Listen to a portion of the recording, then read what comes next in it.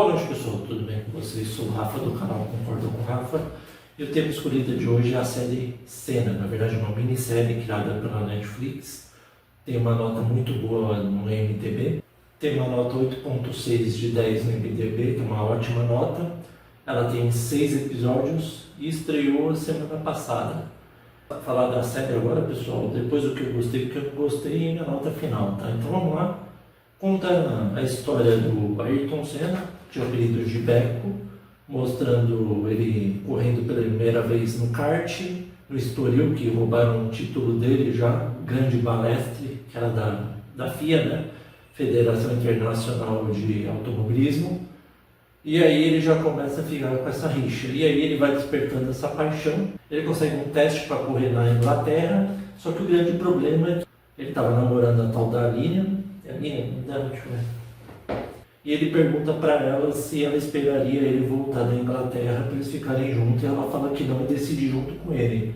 Chegando lá, ele enfrenta vários problemas, ainda mais com o preconceito que tinham contra o sul-americano, né, os ingleses, falando que ele era um cagão, que ele devia voltar para o Brasil, porque ele cedia muito carro e sempre quebrava os carros, até que ele começa a ir lidando, né, com essas situações, se acostumando.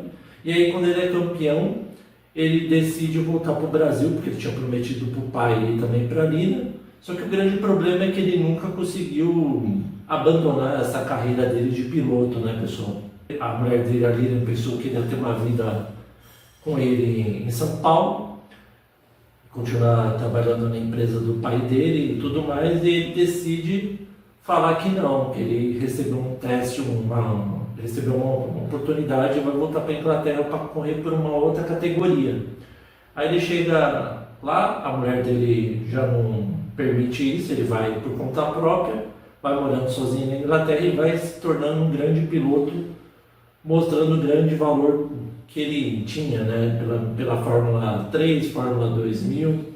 E aí finalmente ele consegue ser convidado para correr pela Fórmula 1, só que o grande problema é que queriam ele como piloto de testes, pessoal, não queriam ele como piloto principal. Apenas uma companhia, uma empresa, né, de automobilismo ofereceu uma vaga, a tal da Toleman. Só que a Toleman não tinha um motor muito bom para a época. E mesmo assim, o Senna conversa com o pai dele, ainda mais que a Lina decide se divorciar dele. E ele decide aceitar essa oportunidade, mesmo sendo pequena, mesmo ele não conseguindo alcançar a vitória que ele sempre almejou, ele decide correr pela Toleman. Quando chega lá, ele vê que um carro é muito ruim, mas consegue pontuar em algumas edições. Até que ele vai para Mônaco, onde que ele conhece o Galvão Bueno, que eles se tornam grandes amigos depois, e ele começa a ser mostrado, né, o verdadeiro valor. Ele é apresentado por Niki Lauda, e aí vem o outro cara e tira para cair a cara dele, que é o tal do James Hunt, que é um grande rival do Niki Lauda, e se tornou comentarista e narrador de Fórmula 1. Ele se aposentou, um britânico, né? E você vai vendo como que os britânicos nunca gostaram do Ayrton Senna, né, no começo. E aí depois ele consegue ficar com uma duquesa lá, e a duquesa fala que para ele se mostrar em Mônaco, ele tem que se mostrar um grande rei. E aquilo fica na cabeça dele, e ele começa a chover, né, aquela pista de Mônaco que é toda apertada, estreita, qualquer um que tenta ultrapassar ela bate, facilmente tem acidente. E aquele verdadeiro, quem começa sempre ganha. Começa na pole sempre ganha a maioria das vezes. Só que o grande problema é que começa a chover, e aí vai se destacando, mesmo com um carro muito ruim, o grande Ayrton Senna, pessoal. Ele vai ultrapassando todo mundo, ele ultrapassa até Niki Lauda. Só que o grande problema é que tem um queridinho da Fórmula 1 chamado Alain Prost, todo mundo conhece, que ele é um francês, que sempre foi adorado pelo Balestre, que é o outro francês. E aí, quando Ayrton Senna estava alguns segundos prestes a chegar a vencer pela primeira vez, mesmo com um carro horrível, o que acontece? O Alain Prost pede para encerrar a prova. O Balestre vai lá falar com os dirigentes e encerra a prova bem quando que o Senna estava perto do Prost. Ele fica revoltado porque ele ficou em segundo, mas mesmo assim ele vai se mostrando um grande valor. Só que aí, pessoal, ele vai vendo que o carro não tem potencial, ele sabe que nunca vai conseguir mostrar o verdadeiro valor na Toleman. O que ele decide fazer? Ele recebe uma oferta que ele já tinha recebido da Lotus, ele começa a correr pela Lotus e começa a construir a carreira dele. Só que prometem um carro para ele bom, mas mesmo com um carro que ele tem nas mãos, ele consegue algumas vitórias, tanto que ele conseguiu em Estoril, uma das primeiras, só que ele não tem potencial para mostrar o verdadeiro valor. Até que ele consegue falar com o tal do Ron Dennis, que era o chefe da McLaren, que ele faz uma proposta para o Honda, que é quem criou o motor Honda, que é o seguinte: ele, junto com Alan Prost, correr pela McLaren com o motor Honda. Eles aceitam, começa a correr em 89, 90 e 91, começa a correr em 89 com esse carro. O Senna consegue o primeiro título com a McLaren, só que o grande problema é que o Alan Prost ele é uma estrelinha, ele quer sempre se mostrar melhor e ele sempre foi paparicado pelo Balestre. Então ele começa a criar problemas com o Ayrton Senna, ele começa a criar uma rixa com ele. Só que o grande problema é que a tal da Laura, que está escrevendo uma matéria sobre ele, começa a menosprezar a imagem dele, falando que ele é mimado, que ele não aceita os acordos.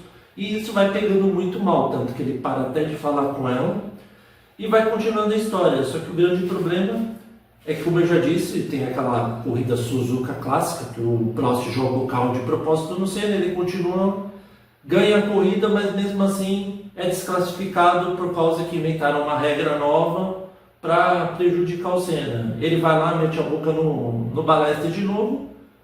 E aí o Balestre fala: você só vai correr na próxima temporada se você pedir desculpas. Você acha que o Ayrton Senna ia pedir desculpas se ele tinha razão? Lógico que não. E aí o Ron Dennis fica esperando o pedido de desculpa. Na última hora ele manda uma carta e não estava pedindo desculpa. Mesmo assim ele decide colocar o Berger e o Ayrton Senna. E aí ele dá pro Balestre, o Balestre é de uma cara de bravo pra caramba, amassa o papel e fala: tá, Ayrton Senna e Gerhard Berger vai ser os pilotos dessa nova etapa. E aí ele vai competindo com Alan Prost, que agora está na Ferrari. Os dois competem pra caramba e o Senna consegue levar melhor na última corrida, fazendo a mesma coisa que o Alan Prost. Ele joga o carro em cima do Prost na mesma corrida de Suzuka. Olha que ironia do destino, pessoal. E aí o Senna já é bicampeão e aí ele vai continuando correndo pela McLaren. Ele corre de novo pela McLaren, ele ganha mais um ano com a McLaren, onde ele é tricampeão.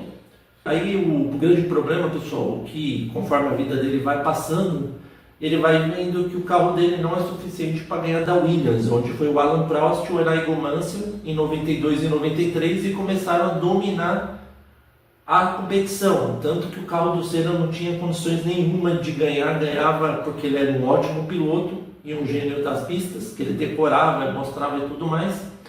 E aí ele consegue receber a oferta maldita, na minha opinião, da Frank Williams, porque ele foi em 94 para lá e todo mundo já sabe o que aconteceu. Na terceira corrida, quando ele estava muito pressionado, ele foi correr em Imola, que já tinha tido um acidente no dia anterior do acidente do Rubens Barrichello, depois do austríaco que sofreu um acidente grave e quase morreu, Ratzenberger. E por último, a morte do Ayrton Senna, né, que mostra ele batendo.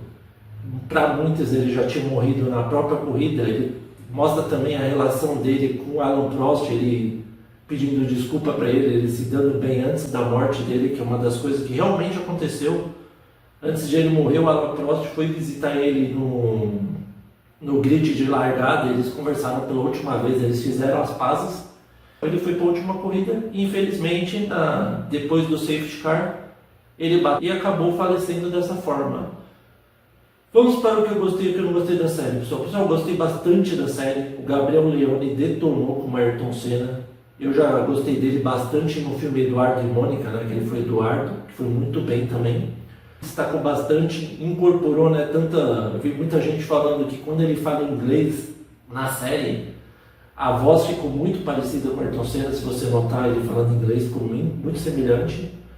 A série se focou bastante na carreira do Ayrton Senna, mas não mostrou aqueles episódios de 92, 93, não mostrou muita relação que ele teve nos últimos 1 ano e meio com a modelo Adriane Galisteu, principalmente porque a família nunca gostou dela, né?